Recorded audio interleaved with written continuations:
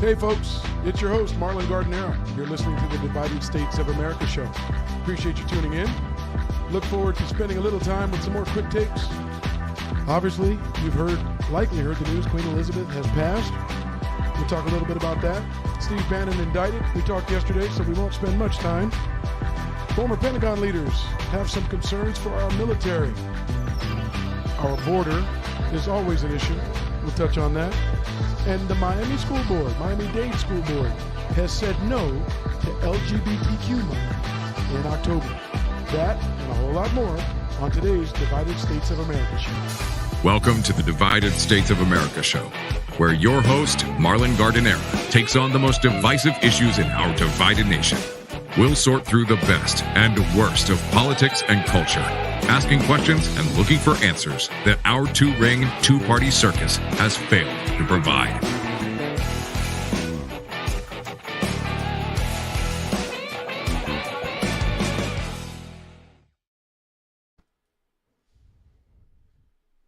And here is your host, Marlon Gardenera. I'm back. Another day. A little rain in our forecast here. Lost the sun. Hopefully it cools things down. Hopefully wherever you are, it's cool enough. I'm in Southern California. I hope you're in a comfortable place. I hope it's cool if it's hot where you live. I hope you're out of the rain if it's raining. I hope you can create some joy, which I get to do when I produce this show. Remember, it's a project that is purely passion. I love politics. I love culture. I love talking to people about what's happening to us today, what the future looks like, what the future looks like for my children, what it looks like for their children, if God blesses all of us with all of that. It is not a paid project. It's the launch of something new and interesting as I get older and start to explore the things that are happening around us. And if you know anything about me, I've had at least 1 or 2 or 3 bouts of activism for things that were really important to me. I would imagine this show will eventually lead to more of that. When there are issues we know that we have a consensus on, but we're not getting much movement. We're not getting the support of the people who are responsible for laying out a better path for more Americans, not just partisan Americans. When that time arises, when the issue comes up, trust that we will be there to take it on, to discuss it, and to see if we can advance whatever the cause might be when that cause comes up. But for today, there's a reality with all life becomes the end of that. And in this case, Queen Elizabeth, who has reigned over the United Kingdom for 70 years, has passed at age 96. She was surrounded by family at Balmoral, Scotland, another one of the palaces. Her son Charles, now obviously, he's age 73, becomes the king of the UK and the head of state of about 14 other realms. I hear the word realms and I think Game of Thrones. It's not a common thing in America. I guess historically we left that place thinking that the way things weren't in the best interest of all of the people. We came to another land. Here we are. We've changed things, and we don't have that monarchy, but there are, as they said, 14 realms who do. Canada, New Zealand, the Bahamas, Australia, Belize, Jamaica, and a list of others still have the Queen and now King of England, the United Kingdom, as their head of state. Now, the reality is Queen Elizabeth has maintained the popularity of the monarchy. She has been a symbol of stability. She has seen it all, including the Korean War, World War II, and everything in between. There have been, of course, scandals that affect the family, but typically they're more related to her sons. The divorce of now King Charles, Prince Charles at the time, to Princess Diana. Her son Andrew, who has found himself in several scandals. But one of the things that you can appreciate about the monarchy in the United Kingdom is the respect and even the air of nobility and the attempt to be above the fray. Now, part of being above the fray created some of the animosity. There are certainly people who thought the wealth that they had gathered at the expense of the people of the United Kingdom was a little bit much, a little opulent, a little out of sorts with what the common man had to endure. The job is supposed to be apolitical, but obviously the United Kingdom, like America, has their political pushing and shoving, becoming more conservative. Even the new king had his very clear views on climate change and a list of other things. But When you say a symbol of stability, it's the idea that someone, again, is trying to be above the fray. Someone is trying to maintain integrity and class and honor. And while I don't know that that system ever could have worked here, it's one Americans escaped from. At least a symbol of respect would be nice in America. And it would be nice if we could gather around people and have that appreciation for what they're able to accomplish or do or maintain. And obviously, the people in that country will be mourning the loss. They will have a list of ceremonies, a list of remembrances. There'll be ample opportunity for the Queen to be honored in our country. Remember, her father passed on February 6, 1952. That's how long she's been there. And again, much of the role is symbolic. But little things that, boy, it would be nice if we got away with more of that here. The Queen never gave a media interview. Now, I'm sure they understood PR, and I'm sure they understood how to get messages out there, and they carried out their duties to the best of their ability with their best interest in mind, but nonetheless, not caving into the media pressures all too often, although, again, I'm sure they had their influence. It would be nice if we had people here in America in leadership positions, even symbolic positions that were above the fray, and we could have consensus and respect for those people and the things that have happened. She passed earlier today, again, surrounded by friends and family in Balmoral, Scotland, in one of the palaces. King Charles is now, in fact, the king at age 73. The fact that people are enamored by the royal family, they are celebrities in and of themselves, the culture and the response to the things that happen in that culture, it's amazing. But again, it'd be nice if Americans were unified behind more than a party leader or behind more than celebrities for celebrity's sake. Not suggesting we switch, but paying our respects to someone who was well respected, not without issue, but well respected within her own country. Just sounds like a nice idea to have that. And boy, do we lack it in America. There's no question we lack it in America. On to a quick story we talked about yesterday. Steve Bannon has actually been indicted in the state of New York. The Attorney General and the District Attorney of Manhattan are going after him for fraud, for raising money for border wall construction that they promised people would only go to the construction of it, but it's believed or alleged that he has siphoned $1 million off of that $25 million campaign. And the people in New York are going after the losses endured by donors from the state of New York. We know federally Steve Bannon was pardoned by Donald Trump, so he will not be facing any federal charges. And because he was pardoned before the trial actually happened, there is no concern about double jeopardy. He hasn't been tried twice for the same crime. He wasn't tried the first time. We'll see how that works out. And going back to that integrity thing, he is absolutely innocent until proven guilty. Although one of his partners in this business has already pled guilty, another one of his partners went to trial and they had a hung jury. I think they're deciding if whether or not they're going to, because those two weren't pardoned by Donald Trump, if they're going to do a retrial. But it sounds like the state of New York wants to have that addressed. I only mention this because of the integrity sake. If proven guilty, the people that we surround, the people that surround our leaders, their objectives, their goals, their motivations. We certainly can question that of the politicians we actually elect, but the people who give advice, whose advice all too often is followed, the people who influence what happens in our country has obviously the ability to be extraordinarily divisive, extraordinarily damaging to one side or the other, depending on where they're coming from. So we talked briefly about it yesterday, just the idea that we maintain some standards, that we expect more, that we don't look at every situation like nothing is a big deal. It doesn't really matter what the circumstance is, when in reality, our circumstances should matter a lot more in a lot more situations. So it'll be interesting to see what, if anything, comes of that. In perusing the news, I came across something that was up a couple of days ago. Wasn't the top priority for me yesterday. But again, I'm trying to relate these things to the divisive issues that actually impact our lives, not just for the sake of arguing politics and being a part of the tit for tat. Which side is represented is typically based on their actions and or the media's coverage of it. And when I say the media, I don't just mean the left-wing media. I don't just mean the right-wing media. I scan them both. I look for these stories that start in fact. Obviously, many of them spill over into opinion based on their bias and their desire to build audience to generate revenue and to make money. That's why they're all in the business. Again, I don't begrudge them. I just pointed out when it's very obvious which way one group is going versus another. This one, though, didn't emanate from an actual politician. It came from former Pentagon leaders who warn of a dangerous era. This was reported in the New York Times. The challenge to peaceful transfer of power after President Donald Trump's loss in the 2020 election has worsened an extremely adverse environment for the U.S. military, according to an open letter signed by several top generals and former defense secretaries. The letter does not mention Donald Trump, but in general, that's who they're referring to. But in 16 points on the principles that are supposed to define the civil-military relations, the signatories issued a thinly veiled indictment of Mr. Trump and the legions of his followers who called on the military to support his false claim that the election was stolen from him. Military officers swear an oath to support and defend the Constitution, not an oath of fealty to an individual or to an office.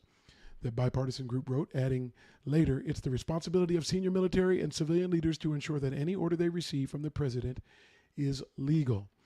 Two former defense secretaries who served under Mr. Trump, Jim Mattis and Mark Esper, were among those who signed the letter. Things that were of most interest to a lot of people. Mr. Trump asked his chief of staff, John Kelly at the time, a retired Marine general, why could he not have military leaders who were loyal to him like the German generals in World War II? From a division standpoint, I think enough Americans died, enough Americans sacrificed, enough Americans' lives were altered forever. America was altered forever as a result of World War II, and the idea that a former president of our country would want the loyalty and respect that German generals gave their leader, Hitler, in World War II, it's one of those don't go there things.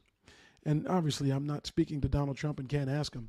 I'm pretty sure you didn't mean it in the same way where they were willing to carry out atrocities in the Holocaust. You just meant it in a way they just went along with what you wanted. Well, both are concerning. You should be able to give or add the context if you go to an area that is that dangerous. It's dangerous to go to an area where you're invoking what Germans did for their leadership, because I would imagine there's a pretty good consensus in America it was wrong. There's certainly a fringe who doesn't believe so, but the average American is going to look at that and think, we're not trying to go there. Don't go there.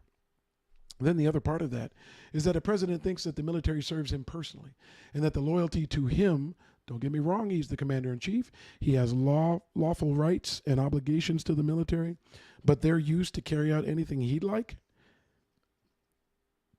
has to be legal. They're not here just for him. We could say the same of other agencies in our government, which often appear to be personal attorneys and personal departments for him and his wishes. And I never will hesitate to remind any president in office, most of those people serve the American people. Most of those people serve the Constitution. Most of those people have a greater calling than any individual. And while Trump has done a wonderful job of amassing a group of loyal followers who in many cases give off sometimes the impression, and this is my opinion, that they wouldn't mind an authoritarian presence, they wouldn't mind Trump having far more control over a lot of things, that's not necessarily the way the system works. So as it relates to you and me, I live in a city where the military is a dominant force in our economy. A significant number of the people who live in our town, I always say it makes us quite the nuclear target if anything were to ever happen, which is just the reality of living where we live. But when you have instances like we did in the summer of 2020, when Mr. Trump summoned General Miley to join him in a walk across the park near the White House, where civilians were protesting police brutality and racism, remember, that's where they had been tear gassed. And that occurred to clear the way so that the president could pose for a photo while holding a Bible in front of a church. I'm guessing the military, nor its generals, nor its tear gas, and I can't say for certain that the tear gas came from the military. He just asked a general to walk alongside, and you can see that in the picture here. I'm not saying that the tear gas was the military's or that they did the job of clearing the way, but the idea that a president thinks you can, that goes too far for our system. It goes too far for what's important to us, and it doesn't represent the values that we have and the use that we'd like to see of our military. Now, I was always, and again, using the litmus test, would I be okay with some things if my son did it? Would I be okay with something if my grandchildren did it? Would I be okay with something if I did it? That is typically the litmus test. It's not partisan politics. I would like to be a pure centrist if I could.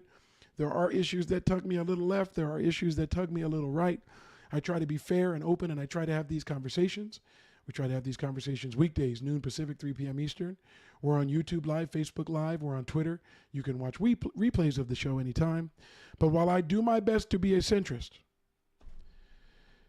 I never got past how you bash Gold Star families for not agreeing with you. I never understood, because I was a fan of John McCain for a long time. Remember, I was a former conservative. I was a former conservative talk radio host. I carried those values and votes for 20 years. I tried to be as objective as I could, but most of the things went through that filter when the two-party system got me and I had to align and associate, or I felt like I had to align and associate with one party. I wasn't as open-minded. I wasn't as clear on more issues. When I was, you can see I moved right to the middle because there is that pull and that tug and that push from both sides. And I can't identify with either side solely to the point where I'm willing to give up what's important to me and my principles to adhere to some of the nonsense that you have to deal with from either side. So, having said that, being farther in the center, I couldn't get past the Gold Star family thing. Those are the people we honor for having lost their military sons and daughters while serving our country. Those people are owed a respect and gratitude unlike many in America. And I know we do it for our soldiers, which is absolutely appropriate, but we extend it to their families too. So when Trump was going after a Gold Star family for their lack of support of his beliefs and their support for others, that stuck. That stuck. That would stick to me even if my children did it. It stuck with John McCain and his service as a POW, and Trump mentioning he didn't like people who got caught. Listen, if you get caught serving our country, we owe you a debt of gratitude. If you're stuck there for 6 years, we owe you a greater debt of gratitude. If you're tortured, if anything is happening to you on our behalf, we owe you that gratitude. And the idea that a self-serving individual could play against that and forget that gratitude, I get that we have differences in opinion. I get that you can even speak to the differences in the opinion, and quite frankly, you're free to say whatever you want. But when you go so far as to go on the attack and say you don't like people who get caught, they're beneath your beliefs. I don't know that represented what I thought of our current military. Now, he has great appeal to the military. He does project strength, and a lot of people in the military think that's important, certainly in leadership. And again, he gave them rights and freedoms and engagement opportunities and a list of things that people in the military can appreciate. And again, it kind of falls in line with, it's not everything from either party or any individual that you have to like. You don't have to align yourself with things you don't like. So I'm telling you some of the things I didn't like, and I'm telling you there are a list of things that people in our military did like. But when those same people that we respect join together and communicate a list of reasons why there's a great concern, why not transferring power in the normal process and the division that it creates issues for our military, that's something that comes down to real people, real lives, real action, real initiatives, real things that are going on. And living in this military town, I know people are affected by the decisions at that level. I know families are impacted by the decisions of our leadership. And I just ask that they have the respect for the power that they hold, and that the divisive nature of those offices not be what it is, so that we have a better chance of being united. I've already talked about us not being united against COVID, even though it killed more people than most of the wars, many of our wars combined. If we actually had to go to war, if we actually had to defend our country, where would we be? What would we do? And what is our leadership going to reflect about how we approach it? But the idea that our military could even potentially be used to serve an individual, an office, versus the Constitution and us is scary. It's scary for me personally. It's scary for my future family members. It's just scary. There's really no other way for me to describe my feeling on that. There just isn't. But, I have strong feelings. Next up, I'm going to make this one bigger so you can read it on your own. The GOP, in a tweet earlier today, or I guess 19 hours ago, puts us late yesterday. The GOP tweeted, Joe Biden has never visited the border. #Biden border crisis. I'm just going to back up and say that the border was a crisis for Trump and Obama and Bush and Clinton and Bush before him It's always been an issue. The first memory I have of the border was hearing about amnesty. If my memory serves me correctly, that was 1982, which meant there was an issue at the border and people crossing it back then too. Now, the way we politicize things, we'd rather see people on the other side of the aisle fail. So we take issues that were an issue even for people we like, and we transfer them. And now you can see here we've labeled it. It belongs to Biden, and I'm sure the left, when Trump was in office, labeled things specifically Trump problems, even if those problems existed when the last Democrat was in office. But again, this is just to illustrate that the parties would rather see each other fail than succeed for the American people and all of the issues that they say exist and all of the things that they call a crisis. Now, I issue a personal challenge typically when I'm having a debate about this, where I ask people to describe what the crisis is for them. And I say that because I live about 20 miles from the border, largest border crossing in America. A lot of the drugs and the people and all of the things that people are worried about come across at the border 20 miles from me. From the crisis standpoint, the things that I can think of, fentanyl is a problem.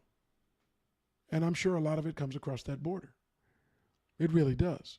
Now, what I also understand and accept, having worked at the border myself, having served the Army Corps of Engineers, having served the Border Patrol in our region in effort to help them secure the border, something my company personally did, something I spent time doing. I can't imagine how many resources it would take to actually secure the border. I just realized that I haven't seen a political party serious about it. The wall was symbolic. You can throw things over and under the wall. You can go around the wall in places it doesn't exist. You could see for many years the little wrought iron ladders that were created so that you could just hook it to the wall and climb over.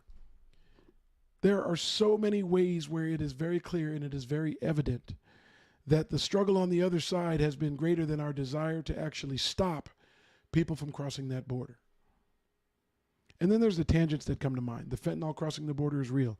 A friend of mine is a captain in the fire department, in one of the fire departments in our region, and there was a time when he didn't go out on many calls in the evening in the particular area he was serving where he didn't have a case of an overdose, typically due to fentanyl.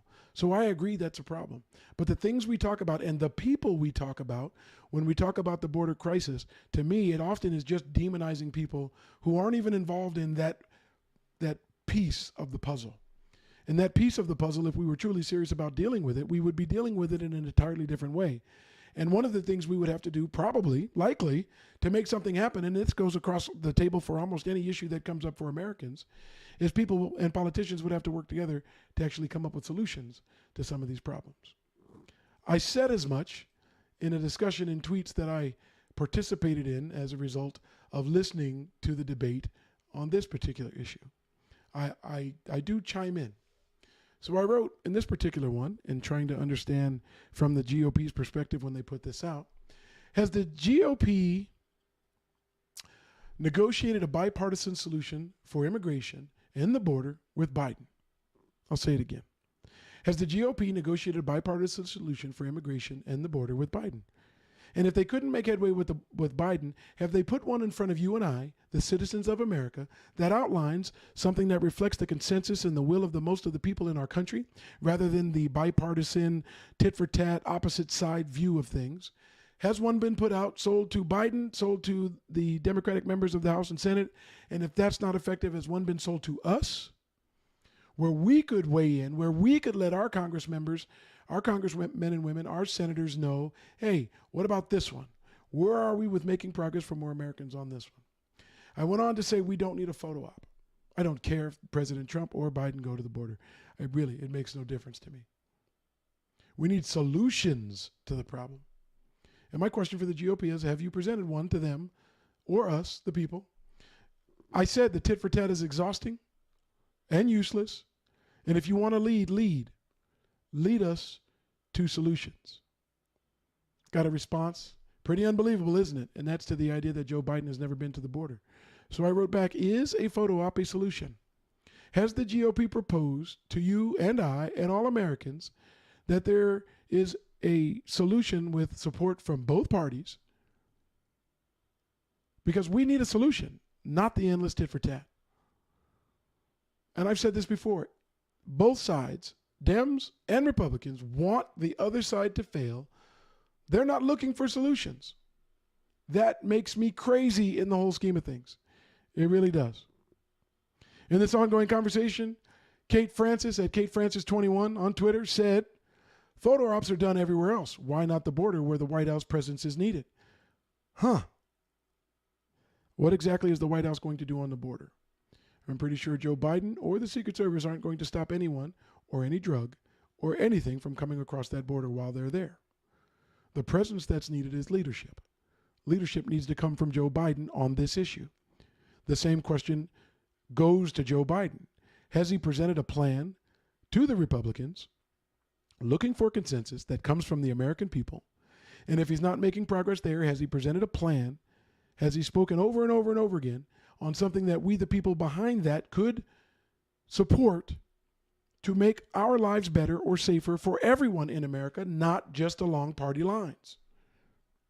I wrote back in response to Kate Francis saying photo ops are done everywhere.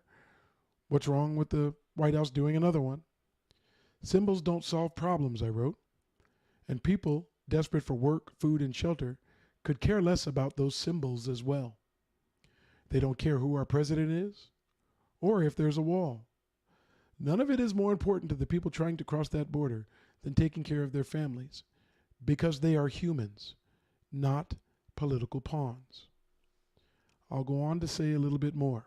And we're going to cover the border issue. We'll talk about Texas Governor Abbott sending people to New York, sending them to Chicago, which always kind of baffles me. If he thinks people are illegal, you would think he would want them sent back to Mexico. Instead, he's spreading the wealth across America. But, we'll get into that. We'll get into his explanations. We'll cover that on a different day. But for today, I can say this.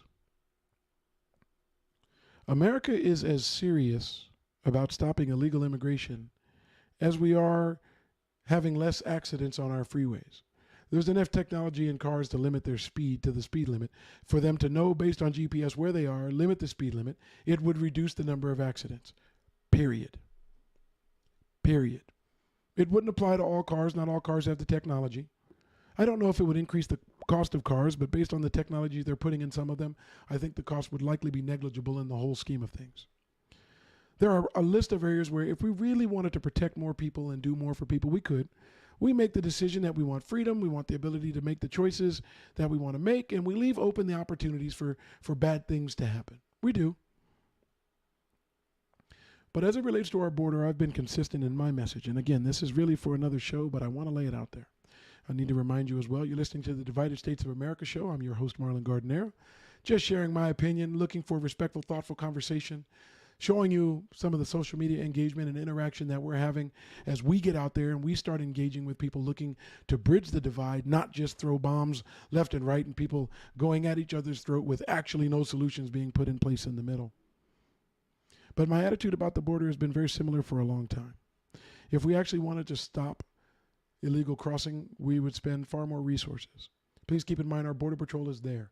They're risking their lives. They're sacrificing time from their families. They work for too little. Their pensions are even worse. There's a list of reasons I can say that the people willing to serve the public in that endeavor are underappreciated. They are underappreciated. We keep saying we want the border secure. We keep saying we have this border crisis, but we aren't investing in the solutions. We certainly aren't working in a bipartisan way to solve many of the problems that we face at the border. We're not stopping fentanyl. But then again, we weren't stopping opioids either. We can talk about fentanyl and the people who commit those crimes, but the white-collar businesses that were selling the opioids and selling far more prescriptions than there were people to even take them, the same people that aren't going to jail, you'll see the difference in kind of how we talk about drugs, the impact on people, and what the outcome is. I feel like it's the same thing when we talk about the humans who try to immigrate illegally. I want a secure border. I don't want people coming to our country illegally. I would like more resources at the border. I would be willing to go back down and help as I did before. But the dehumanization of real people struggling with real ills, real families, real wants, real worries, real issues, it becomes an us versus them thing. And here's the thing for me. You can't tell the difference between an illegal Hispanic and an American citizen. So as we build up all this hatred for them as if they're animals or any of the things President Trump called them when he was talking about the border, even if he was trying to isolate the group to MS-13 and the criminals, when you summarize a group of people that you can't distinguish one from the other, it creates more of a culture of hate in our country for people who don't look like the group doing all the hating. I fundamentally have a problem with that. I fundamentally would have a problem if my kids were on board the idea where you just project hate and crisis and crime and a list of other things. Even though we know per capita, the number of people who cross the border, when they get here, they don't commit more crimes than the average American per capita. They don't. It's not the way it works. We talk about it that way. They portray it that way. The border crisis, yeah, there are people who die. There are people who are raped. There are people who have some of the most horrible, horrible outcomes just trying to get to America. But the resources and complaints that we're getting from people in America aren't about making sure we save those young ladies. That's not what it's about. If they were being more genuine about their concerns and we were spending the money and we were working together and we had the resources to do it, that would be a different thing. I see most of it when we talk about this crisis as just hate. Us versus them. In every election cycle, you have to have somebody you can't stand. You have to have somebody that's the major cause of issues in America.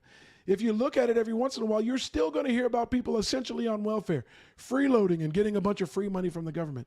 Even though that issue was for the most part resolved back in 1996 with Gingrich and Clinton, even though the TANF benefits are now given statewide and states can reflect their personality, their culture, their belief on passing out those free dollars, even though the free dollars aren't enough for anybody to thrive, I can tell you in California, you don't get enough money to pay rent. You don't get enough money to take care of your family. You don't get enough money to thrive and live an opulent life. They get assistance. It's time stamped. You have to be looking for work.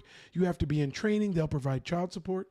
But we still have discussions about things like free money being handed out and people living glorious lives. You know, more children, more money.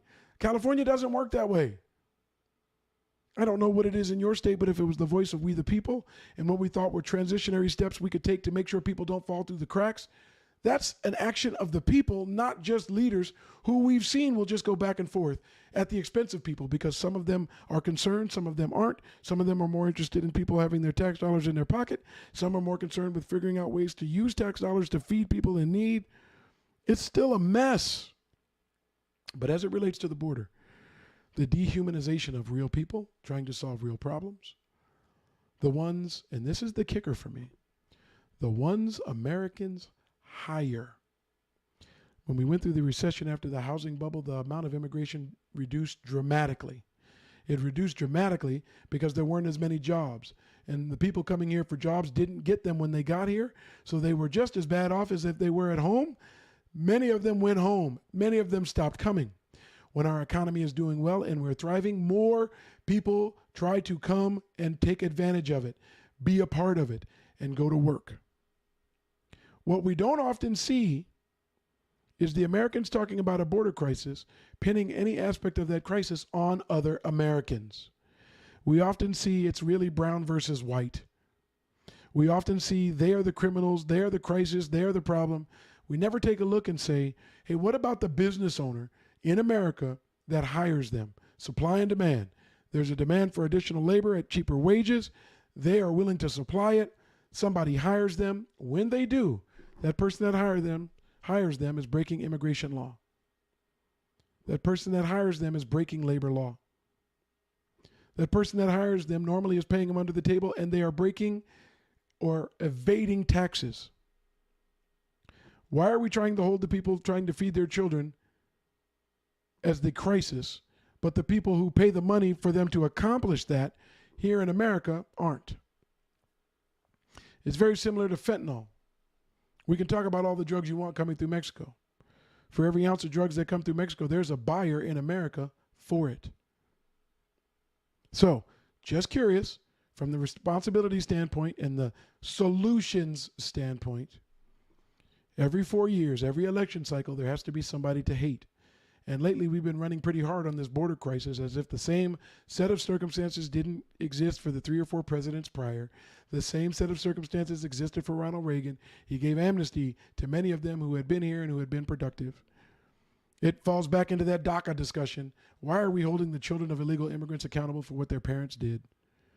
But we have a us versus them mentality in America that is part of the divide. Because I'll be honest, it wasn't restricted to just people who try to immigrate illegally. The us versus them mentality is maintained in almost every election cycle. And if they couldn't find an illegal to pin things on, they would find someone else. And I can almost guarantee you that someone else wouldn't be in the mainstream of the party doing the hating. They wouldn't be. Don't get me wrong, there's democratic motivation to let as many people in the country as possible when they believe that those people are going to vote in favor of them and bolster their party. A friend of mine said, you don't see Democrats screaming to get the Cubans free. Cubans don't vote for Democrats. Can't use those vague terms and can't paint with that broad a brush. But you understand the reality. Many Cubans are conservatives. Many of them do vote Republican. Certainly there's been an increase with Trump in office of the number of Cubans who have increased their support for the likes of Donald Trump. But man, we're divided. I don't know the consensus is being sought, and I don't know that the issues that are in front of us as Americans are being dealt with by our current leadership. That, to me, is the actual problem. Now, in a list of problems, things happening in our country, here's another. Miami-Dade School Board struck down a resolution that would have made October LGBTQ History Month. They did it out of concern that it would violate the state's parental rights and education law passed by Ron DeSantis and the Republican-controlled legislatures in the state of Florida. Most of you know it by what opponents call it, which is the Don't Say Gay law. In essence, it says kids that are in kindergarten through third grade are not to be taught anything about homosexuality. There's room for agreements. Young children, sex, is that the time? Is that the age? And I would let educators and parents have that conversation, that debate. Politicians carrying that out is typically politically motivated. Obviously, they're politicians. Of course it would be. But it also restricts what can be said to older kids at age-appropriate times. But the vagueness of the law makes it possible that people who would otherwise think to teach things that are age-appropriate and contextual would want to stay completely away from it out of fear of violating the law and putting themselves at personal risk. But that, again, just comes from the vagueness of it. Now, a similar resolution was passed in 2021. The vote was 7-1 in the same place, but that was before the law went into effect. What was being proposed also included some education in the 12th grade about significant Supreme Court decisions. It wasn't about gay and lesbian rights per se. They wanted to be able to discuss significant Supreme Court legislation to 12th graders. I know out in California they do government and politics and economics in the 12th grade. It's one of the last mandatory classes you have to take. Obviously, some of them are 17 and 18-year-olds, and they're certainly in the best position to have a broader understanding and recognition of what's going on. But things that the Supreme Court decided include the 2015 Obergefell decision, Obergefell versus Hodges, the ruling which recognized same-sex marriage. So, again, the vote was 1-8 this time, with people saying it violates the law. We can't go there. We can't do that. Listen, I'm always sympathetic for people in the others category. There are people who are gay. It is not illegal to be gay, and the idea that we are openly discriminating against them, isolating them, treating them any different than any other people is just a reflection to me of our country's history, our country's bigotry, our country's idea that if you're not like me, something's wrong with you. And I don't mean me. You can see my face. I'm not the me that has set most of the parameters in our nation's history, all of which had to be fought against and many of which had to be forced, because even though people are demanding their rights, their inalienable rights, even though they're demanding their God-given rights, if you believe in God, God created all of us. We're still having a debate about what a person who is that person can and can't do and can't be celebrated. Now, is sexuality something that needs to be celebrated in school?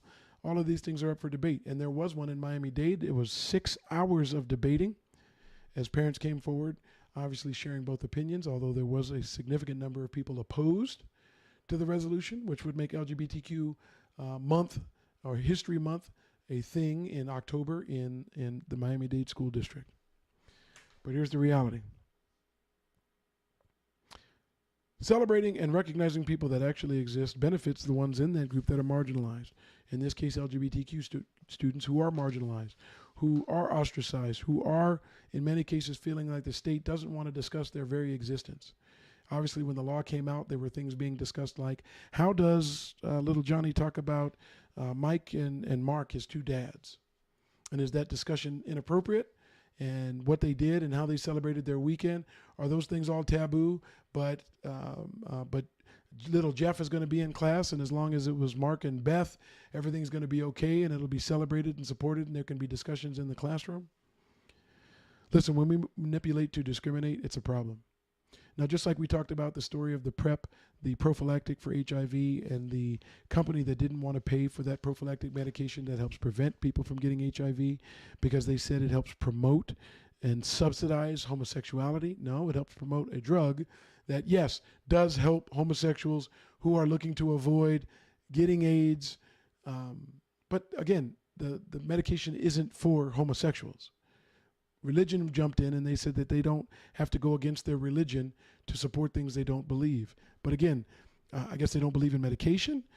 If it benefits certain people, again, that's where it seems like religion is being allowed to discriminate. Well, some of the people who were looking at this said the same thing. It would be against their religious beliefs for their kid to have to endure celebrating LGBTQ. And about the only thing that made sense to me, because school boards are run locally, and I don't like states that take on bigotry, and I don't like school boards who do it, but each school board is going to be a reflection of the people in the area where they exist. So one of the members who voted against this resolution said, our customers are our parents, and we have to give parents what they're asking for. I believe that. In many, many, many ways, I believe that. I was a parent who took on an issue in the state of California, had lots of success, and I believed that I was in a better position to decide for my children what was in their best interest. What I wasn't doing while I did that, though, was discriminating against another group, and I certainly wasn't invoking my religion to do it. I understand I can't be made to do things that go against my religion because the state shouldn't be competing against it.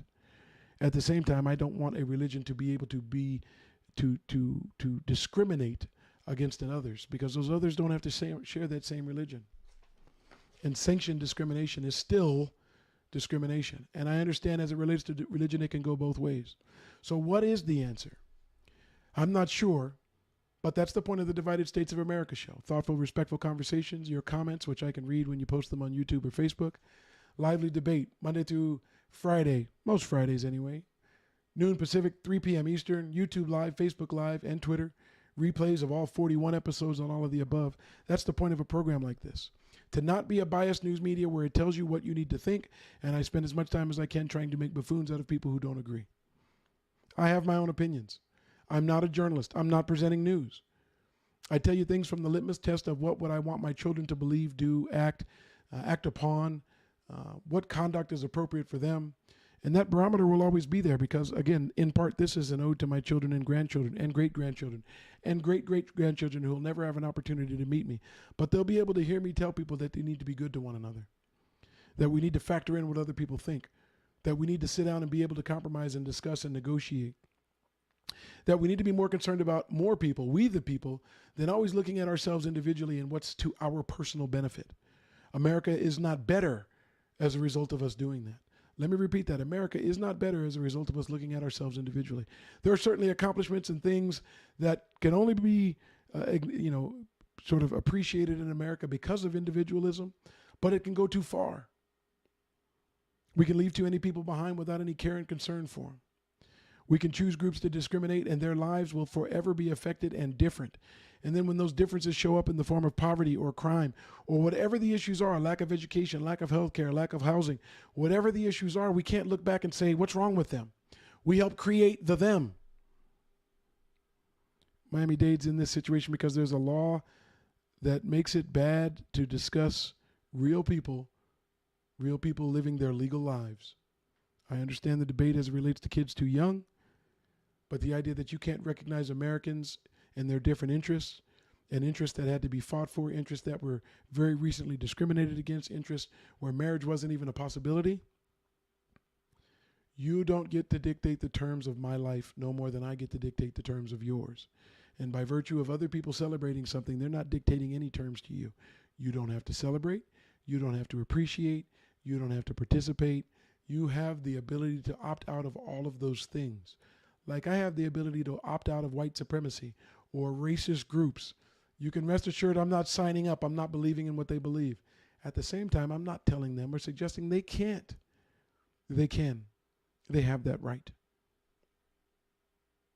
We'll be discussing a lot of rights, a lot of interests, a lot of what matters to a lot of people right here on the Divided States of America show. Again, we do that weekdays at noon, 3 p.m. Pacific. I appreciate those of you who tune in live. I have an equal appreciation for those of you who catch it later, whether it be on your lunch break, on a walk, riding a bike, maybe at the gym, sitting in a park, driving home from work. It doesn't matter where you hear the show. We're here to talk about the divisive issues in our divided nation with hopes of future activism, hopes of building support such that the independents don't just show up on election day. Independents, people that want to see compromise, people who disagree but understand there are better ways to find our common interest, they be a part of even the policy making and the policy process so that America looks more like Americans than it does partisans. That's the goal and effort of the show. I'm your host, Marlon Gardenera. I'll be back, hopefully, tomorrow to discuss more. I'm grateful for all of you who've taken the time to tune in. I appreciate you. Hope you're able to tune into the show. Find it wherever you can find it. But until then, be sure, share, like, follow us on Twitter. Do what you can to be a part of the Divided States of America. I appreciate all of you. Thanks for watching the Divided States of America show. If you enjoyed this episode, please consider subscribing to the channel and share this video with your family and friends.